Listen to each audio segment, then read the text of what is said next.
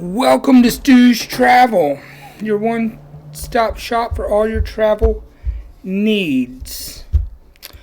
Alright everybody, tomorrow's my big day. I head out to Mexico City.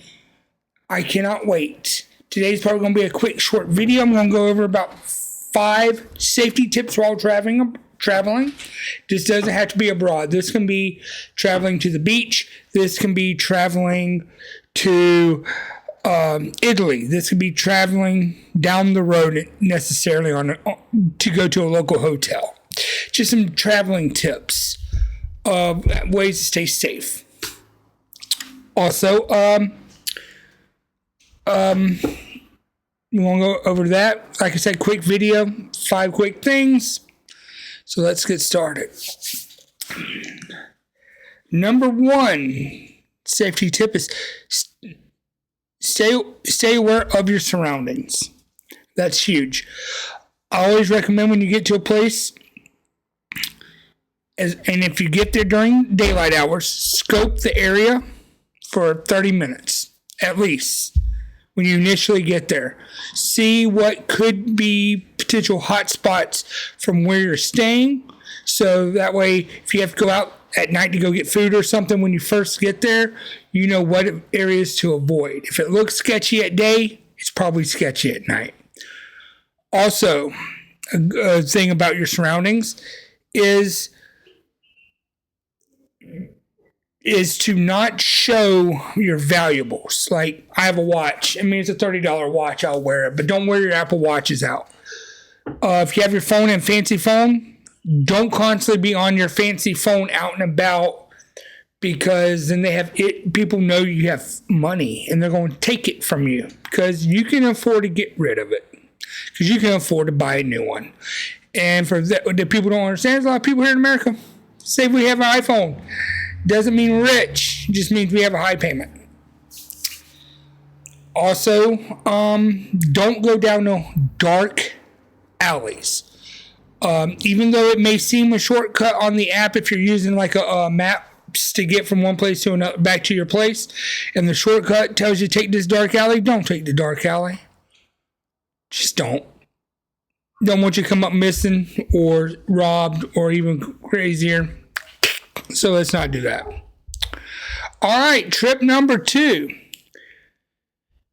Keep digital and physical copies of important documents. So, when it comes to your tickets, it's good to have a digital and the physical copy.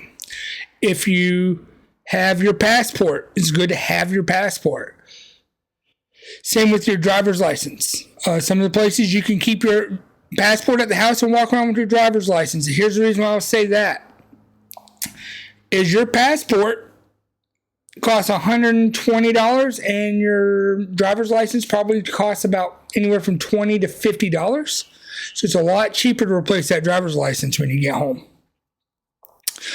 Also recommend getting photocopies of them, because if something tends to happen and someone steals them and you have to go to, say, the embassy or even the police station, you have a copy showing who you are and proof that what you're saying was stolen is actually yours and not someone else's. Number 3, sort of ties into number 1. Research your destination thoroughly. So always say, know laws, customs, and religions of where you go. That's very big. You don't want to go somewhere and break a rule or embarrass them or even make them belittled, because here in America we have freedom of speech, freedom of oppression, freedom of I can't think of the word, but yeah, you have freedoms here. You don't have them everywhere. And also some little customs, like I know if you go to an Arab country, in America we say hi. This is a form of disrespect in some Arab countries. So know what you can and cannot do. Just to let you know. Also, check your weather. You're going to go on this great adventure and then say, say to Ecuador. So I've been to Ecuador. Most of the countries below the equator, so they're opposite of us. So if it's nice and cold here, it's probably nice and hot there. So it's nice to know. Also, monsoon seasons if you're going to Asia. Same thing with Australia, like with everything else that's below the border, below the equator, is know where you're going and weathers, because if it's, again, nice and hot here, probably means might be snowing there in Australia. So know your weather of your destination as well. And also holidays. You want to go and spend some money, and then you get there and find out for 3 days everything's closed because some major holiday.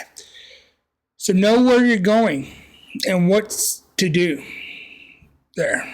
All right. Number 4. Use secure transportation and lodging. This is huge. When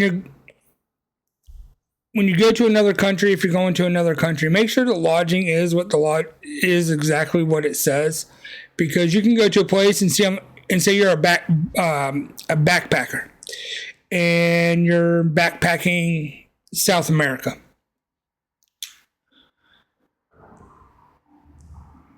Use good hostels, use reputable, name brand hotels is highly recommended. When you go to some of these places, it may say hostel on the side or may say hotel. They aren't. They may be ran by shady people. Or like in Europe, they have the red light district. Well, everywhere in the world has something like that. And some of these hotels, that's what they're for. And you think you got a good deal for $15 for a night? No, that's $15 for an hour. And if you don't speak the language, that's hard. Now let's go to transportation. Always recommend Uber. If they have a form of something like Uber, that form, some sort of ride share. Reputable taxis. And if you have to, or if you can, and it's a nice safe place like Europe, trains and the buses. Now some tips. Rideshare or even taxis. If there's an ID or a face present, make sure the faces match. If there is a license plate, make sure the license plates match. Now, with that being said, not all countries do it the same like America. They may not always match because they don't update their information like they should. But please still do it and verify. This is where a lot of people get trafficked. This is where a lot of people get ransom. This is where, because there's plenty of people, you get in the taxi, they won't let you out unless you pay over triple, quadruple, 10 times the amount. It doesn't matter. Whatever number they tell you, that's how much it's going to cost to get out. And then when you argue, sometimes they have the police in their back pocket as well. So just know, be safe when you travel. All right, and my last one, share your itinerary with someone you trust. Let someone know that's not going with you where you're going and what you're going to do. Because when you get back, or it's the day you get back and you don't, they need to start calling you. They need to start looking for you. They need to start trying to find a way to get you. So, yeah. Or say you get sick or hurt and you can't call back. At least now you have someone that's going to be able to contact you. Make sure you give someone the number to the hotel you're going, even if it is international. At least the hotel, maybe one of the things that you plan on doing while you're there, just to see if you ever checked in and did it. So yes, please, those are the 5 safety tips. And this isn't to make people scared. Go have fun. Somebody like my trip, I'm going to Mexico City. This is a dream vacation for me.